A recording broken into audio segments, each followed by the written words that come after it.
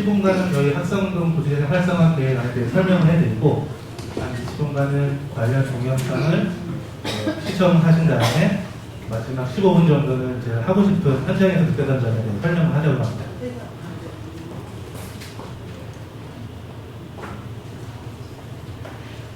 예, 전체적인 저희 학성동 도시재생 사업지에 대한 대략적인 위치 정보요. 지금 학성동은 저기 보시는 바와 같이 세모골 이렇게 생겼는데 사업지가 면적은 한 11만 제곱미터, 평수는 3만 5천 평 정도 되고요. 북쪽으로는 원주역이 있고 그리고 동쪽으로는 이제 저희가 원주 중앙시장이랑 학성초등학교 그리고 원주천 쪽이 있고 서쪽으로는 단계초등학교 그리고 원주 MBC가 위치해 있습니다. 통수로를 보면은 저희가 세 통이 같이 물려 있는데 역전시장 왼쪽으로 해서는 이제 10통, 학성동 10통이고 그리고 오른쪽으로 해서는 5통, 6통, 3개 통이 지금 함께 있습니다. 저는 그래서 지루하지 않으시게 중간중간 퀴즈를 내서 선물을 드리겠습니다. 첫 번째 퀴즈입니다. 학성동에 지금 주민등록상에는 2,700가구가 등록이 되어 있고 인원수는 5,800명 이렇게 되어 있는데 이건 이제 등본상이고 실제로는 과연 얼마만큼의 주민들이 살고 계신지 아시는 분 그리고 도시재생 관계자는 빼고 그리고 알아맞추면 제가 선물을 드리도록 하겠습니다. 실제로는 2,700가구가 있는데 정말 살고 있는 그러니까 주민등록 등본상이 2,700가구인데 실제로는 몇 가구가 살고 있을까요? 그냥 찍으시면 됩니다. 3,000. 네? 3,000이요? 등본은 2,700인데 실제로는 3,000 더 많이 산다. 땡. 맞아요. 네? 1,700이요? 땡. 2,500. 네? 2,500. 땡. 한가요. 땡. 상가로. 네? 땡. 생각보다 많이 적습니다. 실제 가구 수가. 상가로 안 되잖아요. 땡. 500. 땡. 400. 땡. 300. 300 정답. 보시면 10통이 한 140가구 그리고 오른쪽 5통, 6통이 한 70가구 정도 돼서 실제적으로는 300가구 내외로 살고 있습니다. 그러니까 빈 점포가 엄청 많은 거죠. 누가 맞추셨죠? 작은 것까지 두 개를 제가 선물을 드리겠습니다.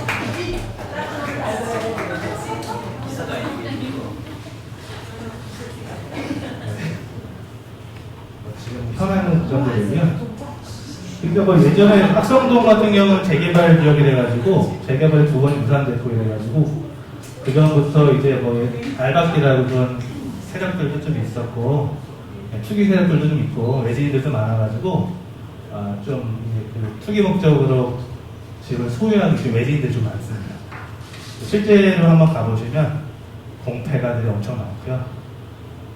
정말 좀 노후가 되고 뭐 이런 식으로.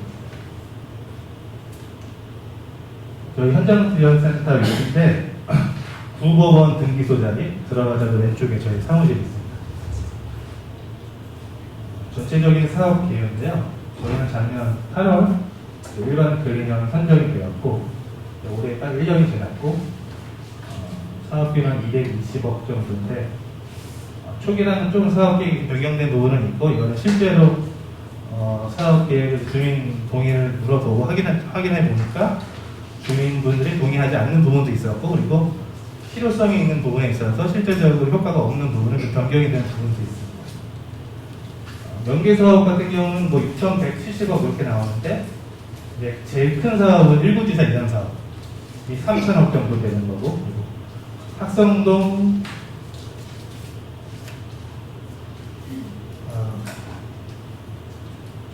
학성지구 재예방사업 뭐 이런 거 그리고 원주역사 지방노동사업 이런 부분이 좀 명계사업에서 큰 대규모 사업으로 포함이 돼서 명계사업은 6,000억 이상으로 나오고 있습니다.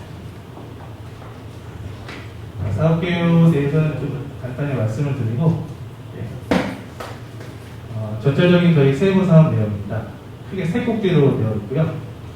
빨간색은 이제 지역경제 회복에 대한 주제를 갖고 있고, 두 번째는 주거분들에 대한 주거 복지 향상, 그리고 세 번째는 이제 공동체 활성화로 되어 있습니다. 빨간색 지역경제회복은 전체적으로 이제 학성동은 문화공원을 중심으로 거기 문화예술인들이 들어가서 창업을 할 수 있고 새로운 활성화할 수 있는 그런 공간을 마련하는 게 중점이 되어 있습니다. 이거는 초기랑 조금 사업이 좀 변경된 부분이 있는데 실제로 사업을 하려다 보니까 역전시장 관계자분들이 주민 동의가 있어야만 사업이 될 수가 있는데 주민 동의가 쉽지 않아서 사업 계획이 변경된 부분이 있었고요. 그리고 지금 부가국제 관련해서도 공공임대주택 리모델 임대주택이 있는데 이 부분도 실제로 철거민들이 그전에는 임대주택이나 행복주택 같은 경우는 대상이 안 되셔서 그럼 철거민들이 가장 들어갈 수 있는 대안이 뭘까 이런 고심 끝에 리모델링 임대주택이 나왔습니다. 여기에는 이제 30%까지 철거민들이 들어갈 수가 있고 지금 저희가 실수요 조사를 해가지고 그 관련 대상자들 65세 이상인 거랑 무주택자 철거민에 해당되신 분들은 붕괴 뇌물 현상이 없게끔 이런 대안으로서 리모델링 주택이 들어가 있습니다. 사업비가 220억 정도 나왔지만 이 금액이 큰 금액 같지는 않습니다. 보시면 문화공원 조성하는 그 비용, 그리고 소방도로 개설하는 비용, 공공임대주택을 하면 좀 많은 하드웨어적으로 이제 사업이 거의 다 이제 이게 큰 사업 같지는 않고 저희는 워낙 수가 많이 돼서 그 주거 환경이나 골목상무 그리고 공원 조성 같은 게 좀 하드웨어적으로 많이 필요하다고 생각이 됩니다. 그래서 그렇게 됐고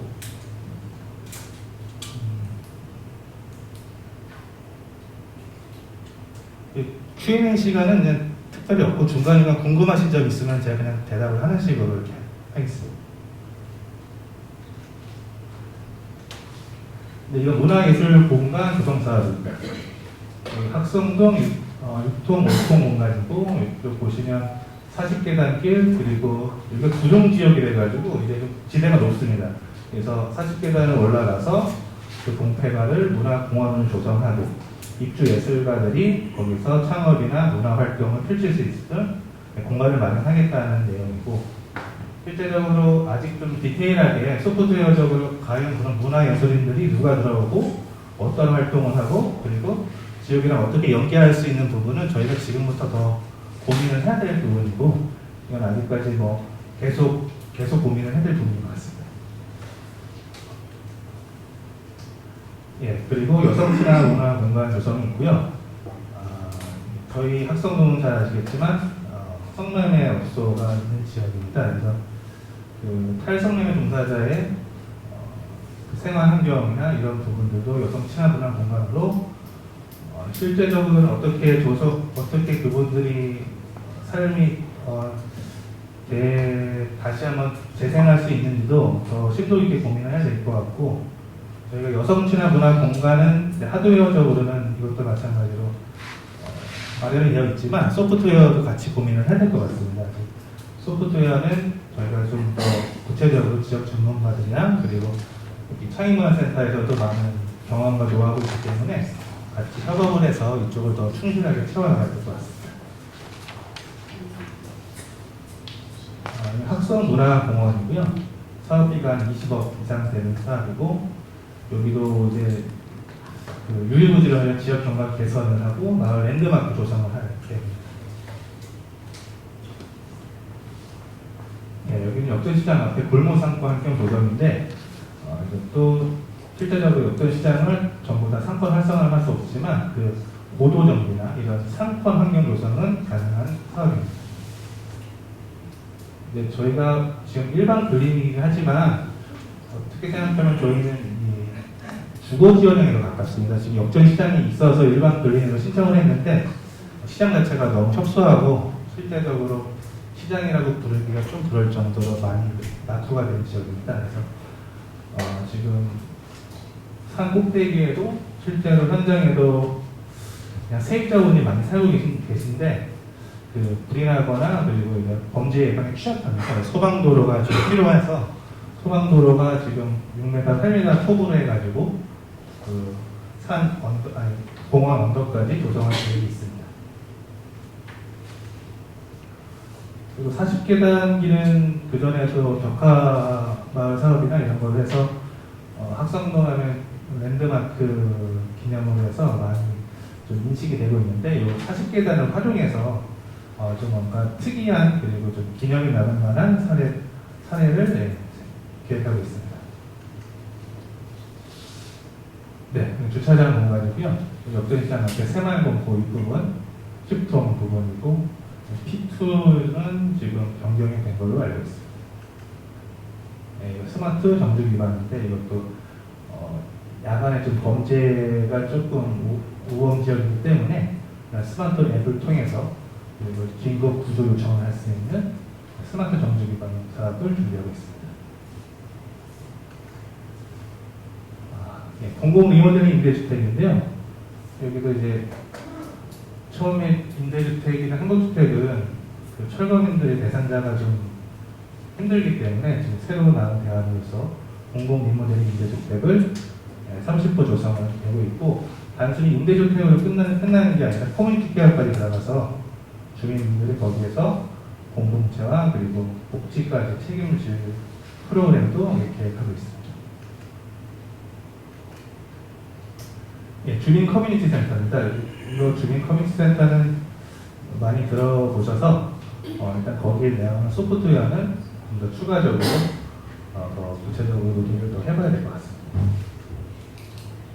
한마음 주민 공유 공간은 10통의 그 광명마을 경로당이라고 있는데 현장 사진 좀 있죠.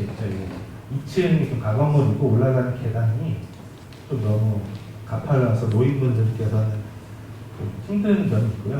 그런 점을 개선하고 신축을 좀 해서 어르신들이 많은 학성동에 좀 새로운 경로당을 좀 만들 계획이 있습니다.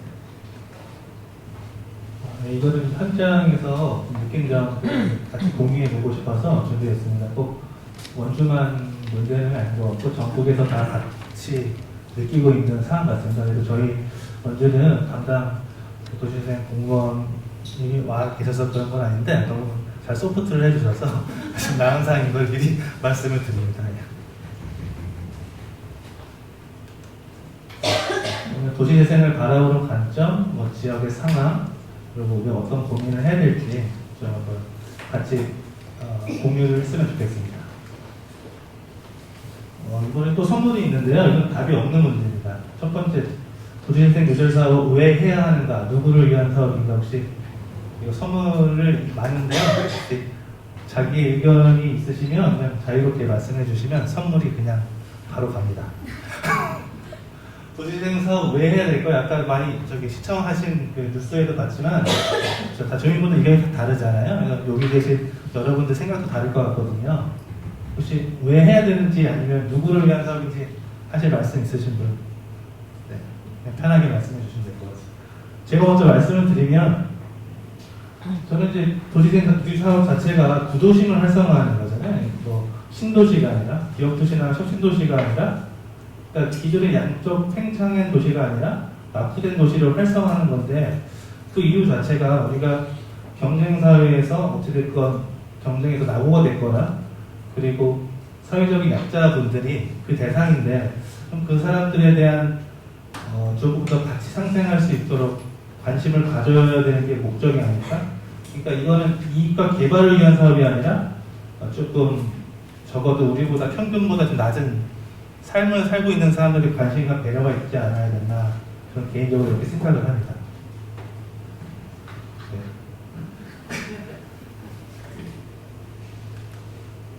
이거는 뉴질랜드 사례인데요. 이분이 뉴질랜드 이번에 새로운 총리가 된 사람입니다. 30대고요. 30대 여자 총리인데 이제 정책의 목표를 국내 총생산 GDP가 아니라 부의 성장이 아니라 국민들이 얼마나 행복한지 이 목표를 가지고 있습니다. 자, 4년간 거의 약 20조, 1년간 5조 정도 되는 큰 비용이죠. 이게 우리 도시재생 사업도 5년간 50조라고 하잖아요. 1년에 10조 정도. 그러면 우리 도시재생 사업보다 반 정도 되는 거를 행복 사업, 이제는 성장이 아니라 삶의 질을 더 고민하고 있는 그런 새로운 실험이 지금 시작되고 있습니다. 그러면 퀴즈 하나를 더 내겠습니다. 우리나라 1년 예산이 어느 정도 아시는 분 계신가요? 비슷했습니다. 이거는 10단위까지 맞추셔야 돼요. 400조에서 500조 사이인데요. 450에서 500조 사이입니다. 그냥 편하게 말씀하셔도 됩니다. 470. 아, 470. 네, 맞습니다.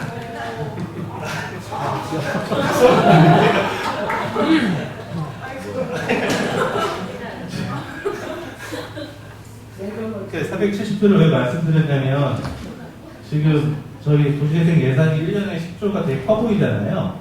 근데 470 거의 한 500조라 그러면 도시예산은 그 중에 2%에서 3% 사이? 전체 예산, 국가 예산 중에 2%에서 3%란 말이죠. 그러니까 이게 지금은 가정에서 많이 커 보이지만 선진국에서 도시재생이 잘 된 사례는 거의 0이 하나 더 없습니다. 20%에서 30%까지 올라가고. 그러니까 우리나라가 아직까지는 지금 현재 수준은 이 정도다. 이걸 말씀드리고 싶었습니다. 예, 뭐 지역이 지금 원주는 그래도 인구가 조금 느는 상황이라서 그나마 타 지역보다 낫지만 지역 인구 소멸, 고령화 이런 얘기 계속 나오잖아요. 그래서 지역에 사람을 키워야 되는 문제는 정말 중요한 것 같습니다. 저희 도시재생 사업도 이제 4년 뒤면은 이제 마중물 사업이 끝나고 이제는 지원 없이 도시가 자생을 해야 되는데 그러면 결국에는 누가 남을 것인가는 사람밖에 안 남거든요. 마중물은 4년 뒤면 끝납니다. 지역 주민들이 그리고 지역의 청년들과 사람들이 지역을 10년, 20년 동안 만들려면 4년 동안 준비된 사람을 키워야 되고 그런 노력이 필요할 것 같습니다.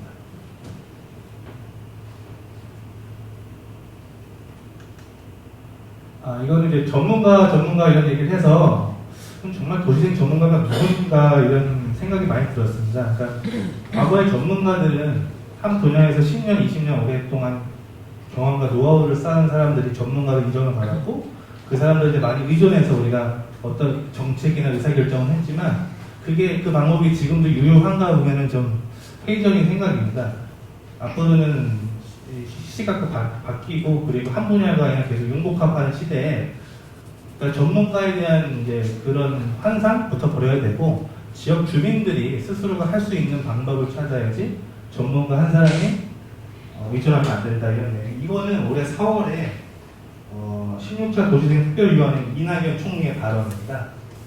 제가 그냥 워딩을 똑같이 읽어드리면 이제까지 도시개발을 하시던 분들이 재생을 또 그대로 맡고 계셔서 과연 그것이 옳은가 하는 문제가 있다.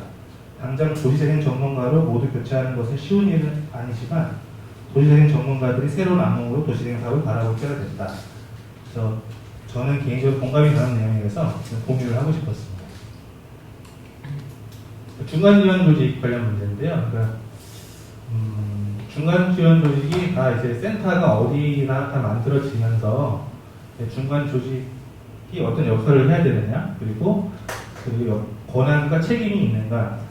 이 얘기는 어디나 마찬가지겠지만 그렇다고 중간 지원 조직이나 현장에서 그 역량이 없이 그냥 계속 권한만 달라는 것도 그냥 어린애 투정 같고 현장과 중간 지원 조직도 충분히 능력을 쌓고 그리고 그 근거를 가지고 행정과 권한과 책임을 나눠 가져야지 행정에서도 역할을 과중한 업무에서 좀 책임을 나눠 가질 수가 있고 그리고 중간 지원 조직도 현장에 민원이 아니라 저는 미라고 생각합니다. 가끔씩 현장에서 주민들이 하는 얘기가 민원이라고 느낄 수도 있지만 그게 정말 주민들이 뜻을 갖고 하는 민의라고 생각이 들어서 그런 점에 대해서 서로 한번 논의를 해보면 좋지 않을까 이런 생각이 들었습니다.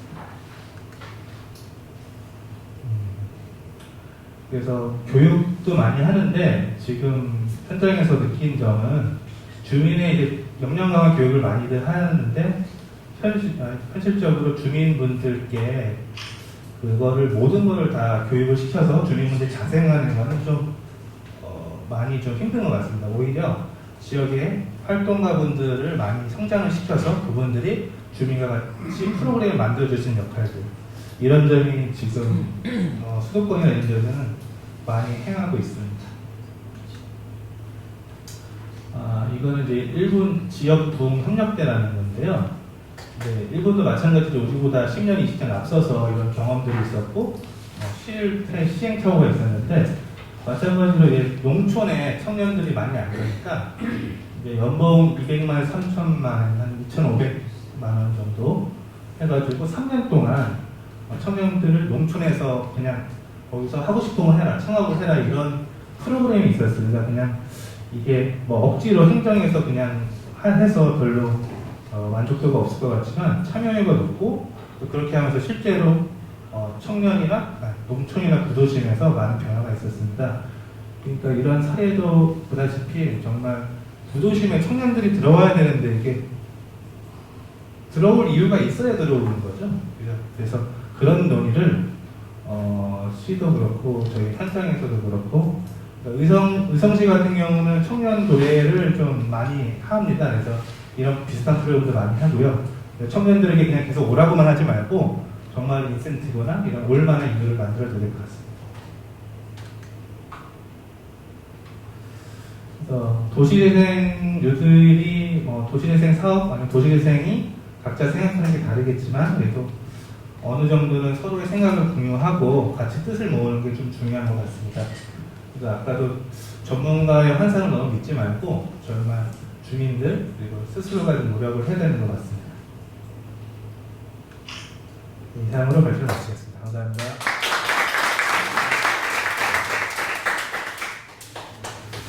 질문 있으신가요? 거기 하나만 제가 여쭤볼게요. 네. 학생동에서 없을 때 계속 잘하셨는데 지금 전부 고령화잖아요. 근데 오산만기라든가 이런 게 제일 아까 잠깐 나오던가. 근데 거기에 그 젊은 사람들이 사실은 다 빠져나간 상태잖아요. 그쪽 아파트 가면도 그렇고.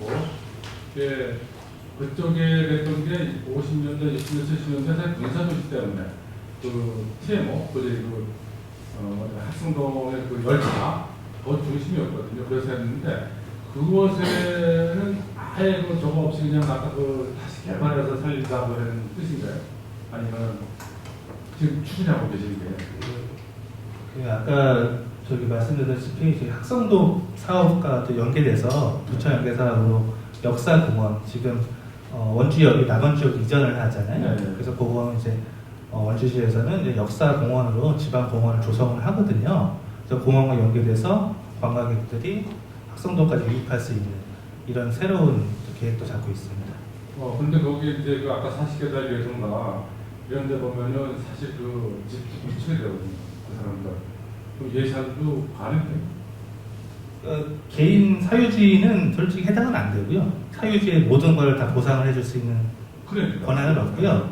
저희가 일단 공원이나 소방도로 관련돼서는 보상 협의를 하고 있고요. 그리고 사유지 같은 경우는 보통 다른 지자체들은 집수리 사업 이런 게 좀 있거든요. 그러니까 사유지 건물주가 동의를 해서 본인 집을 수리하겠다 싶으면 집수리 사업을 신청을 해서 자부담이 좀 들어가면서 많은 데가 공산동도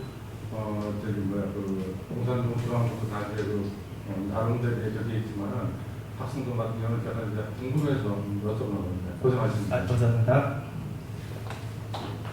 네, 그럼 마치도록 하겠습니다. 감사합니다.